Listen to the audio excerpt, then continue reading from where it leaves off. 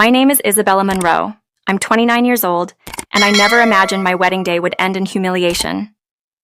Everything had been perfect. The dress, the music, the soft golden lights glowing over the reception hall. I had finally made it. Years of sacrifice, long nights, and heartbreak had led to this single day where I was supposed to start a new chapter, until my brother ruined everything. He didn't just ruin it, he obliterated it. I was standing beside my husband, Daniel, smiling at our guests as we prepared for the toast, when I saw my brother, Liam, weaving through the crowd, red wine glass in hand, and an expression that made my stomach drop. He'd been drinking too much, that much was clear. Before anyone could stop him, Liam stepped right in front of me, lifted his glass, and sneered. "Here's to my perfect sister," he spat, and then he threw the wine across my white dress. Gasps erupted. The dark liquid splashed across my bodice, dripping down like blood on silk. The entire room froze.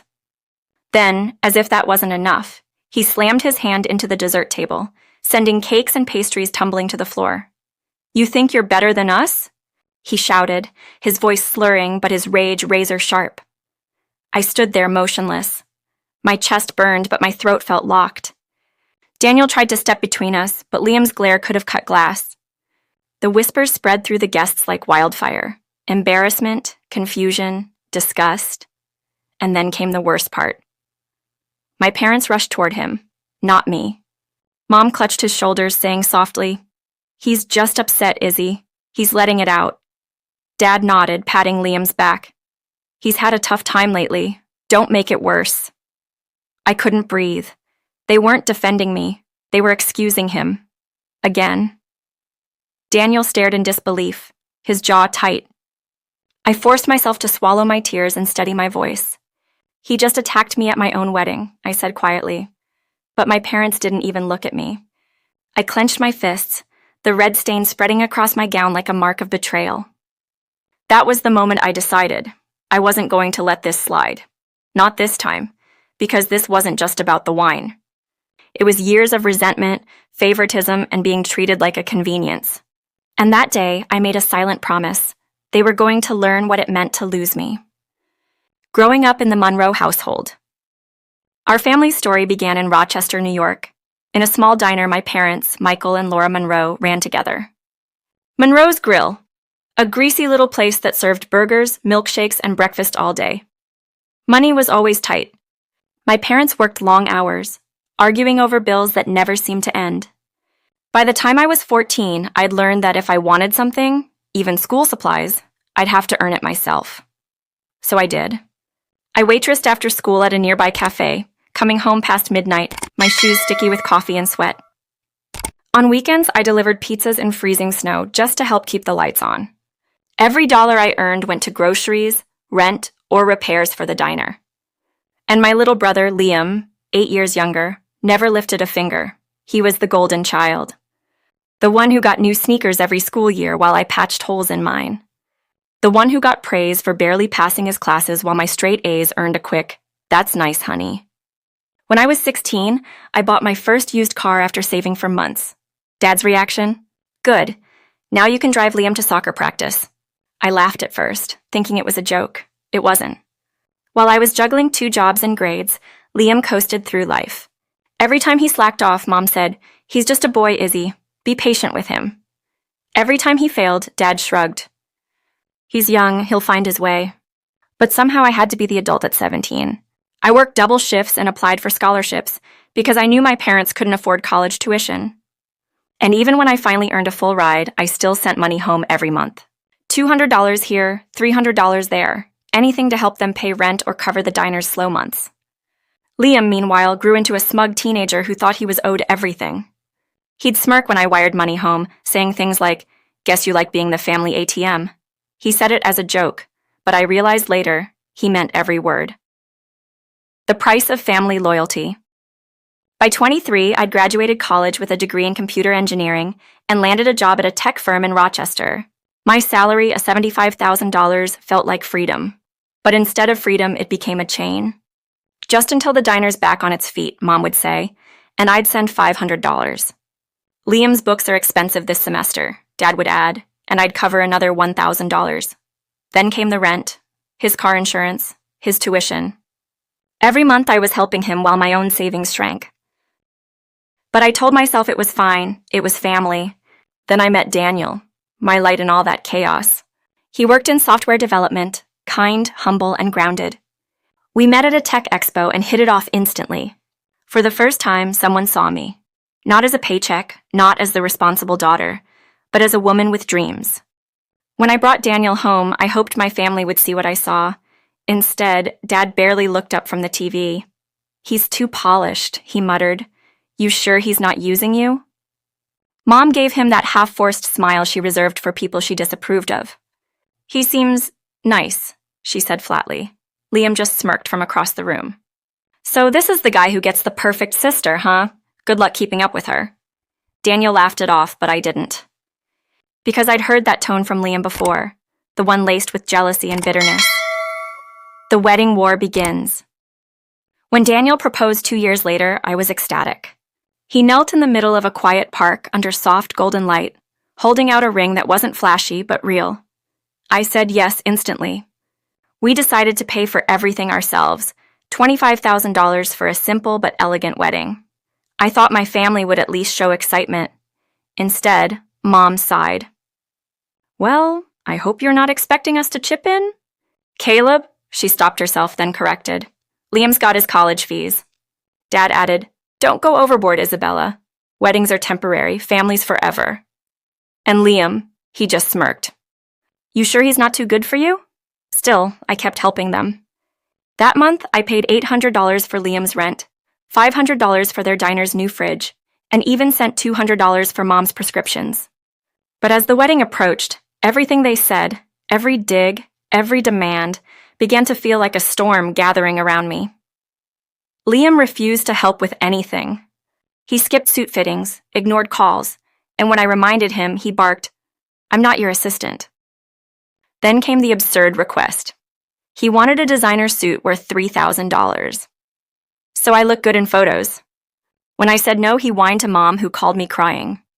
"He just wants to feel included, Izzy. You're so lucky. Don't be selfish."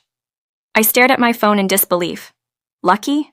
I was paying for everything, and yet I was the villain. When the wedding day finally came, I convinced myself everything would be fine. The venue sparkled. The guests laughed, and for one blissful hour, I thought peace was possible. Until Liam picked up that glass of wine. Until the red splash hit my white dress. Until my parents turned away from me and toward him. That moment, the woman I had been, the forgiving daughter, the supportive sister, the quiet provider, died. And someone new was born. Someone who wasn't going to stay silent anymore. I woke the next morning with a strange clarity. The dress was ruined, but more than that, something inside me had snapped into focus. For years, I'd let resentment simmer. It had been patient, cunning. But in one grotesque motion, a splash of wine, a toppled dessert table, it had finally surfaced. I made coffee and sat at my laptop. Daniel curled an arm around me and studied my face. "What do you want to do?" he asked. "Everything," I said. "I'm done letting them treat me like the family ATM." He nodded, thumb rubbing my knuckles. "Then we do it together." The first thing I did was mundane and small and infinitely satisfying. I canceled all the recurring transfers. Tuition, rent assistance, the emergency wires I'd sent every month, each confirmation pinged like a small victory. It felt obscene and liberating to watch the automatic obligations vanish into the inbox null. Next, I froze every account they could manipulate. I changed passwords, updated beneficiaries on the joint accounts, where I had authority, and removed access cards I'd naively left active.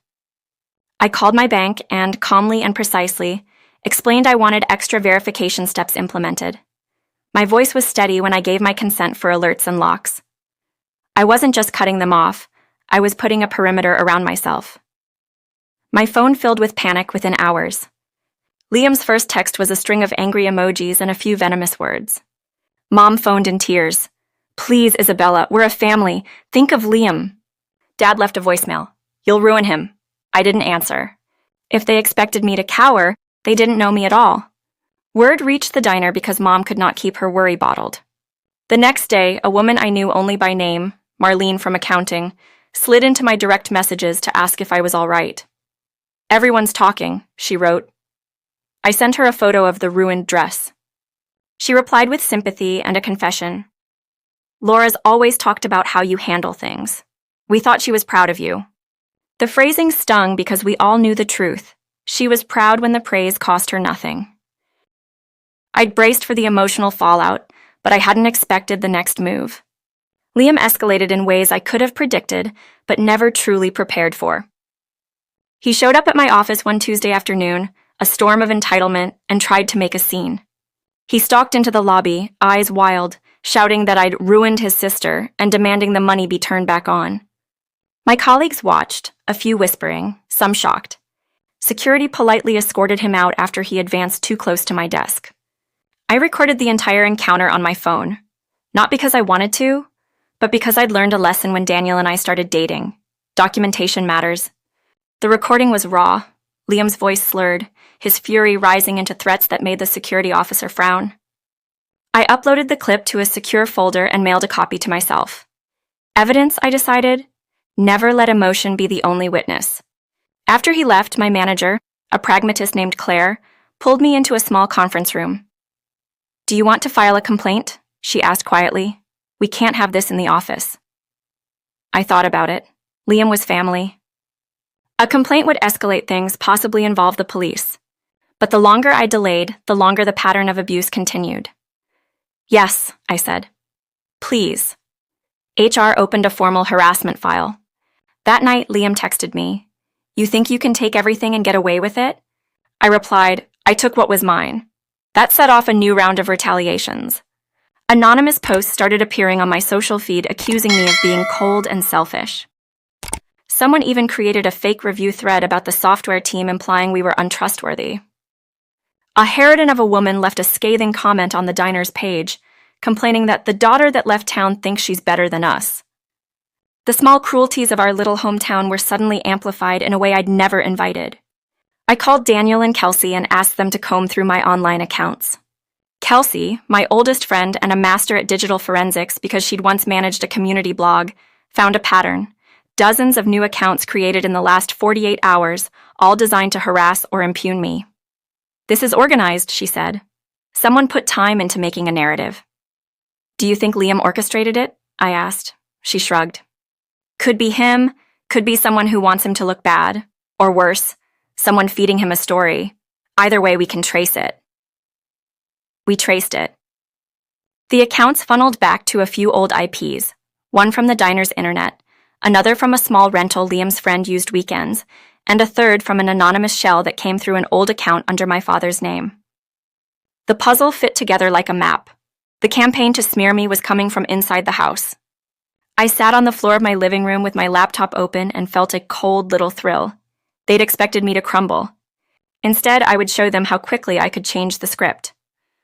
The next move was the most difficult emotionally. I called my parents and asked for a simple thing, proof. "Show me the paperwork for the $10,000 you took from my account," I said. "Show me the receipts for the car." My voice didn't shake. Mom's reaction was immediate and sculpted. Wounded, indignant. "We've done so much for you," she said. "You're making it worse." "Then prove it," I replied. "I want the receipts, bank statements, anything." They sent back memories instead. Half-hearted defenses wrapped in blame. I filed a formal request with the bank for transaction details. Legalities are slow and boring and perfect for letting people say what they will while paper does the talking. When the transaction log arrived 2 weeks later, an itemized set of transfers, dates, and final destinations, the numbers were precise. 3 transfers inside their accounts totaling $10,000 the week before the wedding. It had been laundered through the diner's operating account, a short hop to a used car lot, then into Liam's name. With the records in hand, I could have marched to the police and screamed theft, but I paused. The criminal route would be messy, public, and hinged on a standard of intent.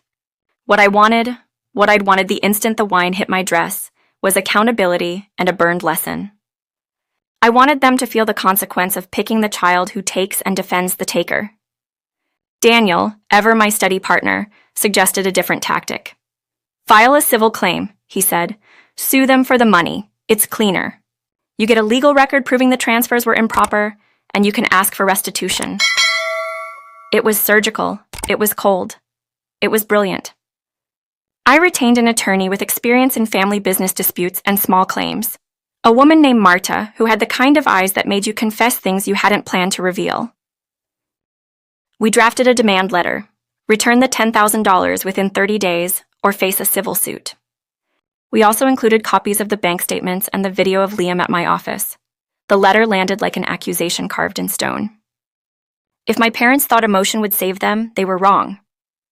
They reacted with the only tool that had always worked for them: public pressure. Mom staged an interview with Marlene and 2 other diner regulars, spinning a narrative of a daughter abandoning her family and snatching money meant for her brother.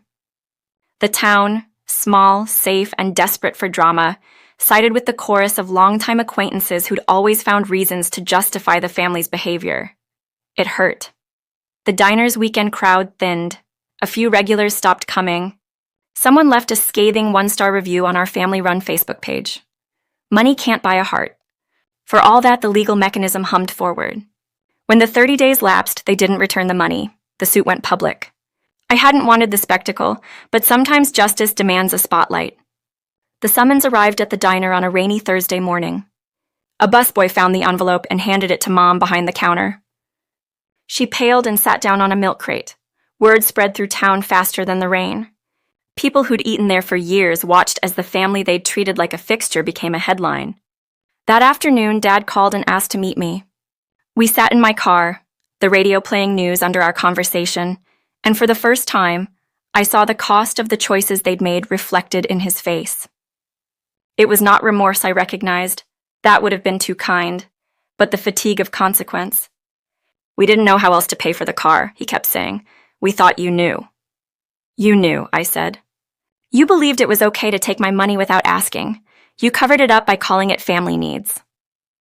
He tried to defend it with the old refrains. We sacrificed. We did what we had to. But there was nothing noble in theft dressed as necessity. I had fed their life for years. They'd taken what they wanted. When the court date arrived, the courtroom felt like an arena. My lawyer sat beside me. Daniel squeezed my hand under the table, and on the other side of the room, my parents huddled with Liam. The judge read the facts, examined the financial records, and, in an outcome that felt both shocking and inevitable, ruled in my favor. Restitution to be paid, plus court costs. I felt something loosen inside me when the hammer came down. It wasn't gloating. It wasn't triumph. It was a legal recognition of what I'd known for years, that my labor and money had been misused, and that I had the right to stop it. After the ruling, the diner had to tighten its belt. Mom worked longer hours. Dad took on odd jobs fixing a neighbor's fence, and Liam, suddenly answerable, found himself without the safety net he'd long relied on. He raged in private and sulked in public, but the visible, practical ripple of consequences taught him more in those months than lectures ever had. People in town whispered and took sides. Some called me cruel, others called me brave. I was both to myself, a daughter who demanded justice and a woman who finally chose herself. But revenge has a slow metabolism. It takes time to digest, and it leaves aftershocks. The ruling didn't melt the winters of hurt that lived in my chest. It didn't unmake every casual cruelty lodged in family dinners years long. What it did do was give me a spine where there had been a hinge. That night, after the courtroom emptied and I walked back to my car, Daniel slipped his arm around my shoulders and kissed the top of my head. You did it, he said softly. You set a boundary. I pressed my relief into his palm. We drove home under a sky that looked like it had been painted in washed-out grief and clear stars. I had won my suit, but the future was not a clean page. The family was not healed. Liam was not suddenly penitent. My parents were not the people I wanted them to be. They had, however, learned that I would no longer fund their illusions. And when someone learns that a river has new banks, they must choose, adapt, or be left high and dry. For weeks after the court ruling, I lived in a kind of stunned silence. The noise of family drama had been constant for so long that peace felt unnatural, almost threatening, like the quiet before another storm. The diner went dark for a few days after the verdict. Word spread through Rochester like wildfire. The Monroe family, once a local staple, had been sued by their own daughter. Some people pitied them. Others whispered that they'd had it coming. I didn't care which side they chose. Daniel and I focused on rebuilding the life we'd planned before the chaos, the life they'd nearly taken from us. We canceled the Bahamas trip after the theft, but instead, we poured that same energy into something better, a down payment on a small home outside the city, surrounded by trees and silence. It wasn't paradise, but it was ours. On our first night there, I stood barefoot on the deck, listening to the crickets sing in the tall grass, and realized how long it had been since I'd felt safe. Daniel joined me, sliding his arms around my waist. "You know," he said softly, "you didn't just win a case. You reclaimed your life." I smiled faintly. "It doesn't feel like winning. It feels like breathing after almost drowning." He kissed my shoulder. "That's exactly what victory feels like." But the story didn't end there, not yet. Because revenge has a way of echoing, and guilt, even when undeserved, lingers like smoke. A month after the court's decision, I received an unexpected call.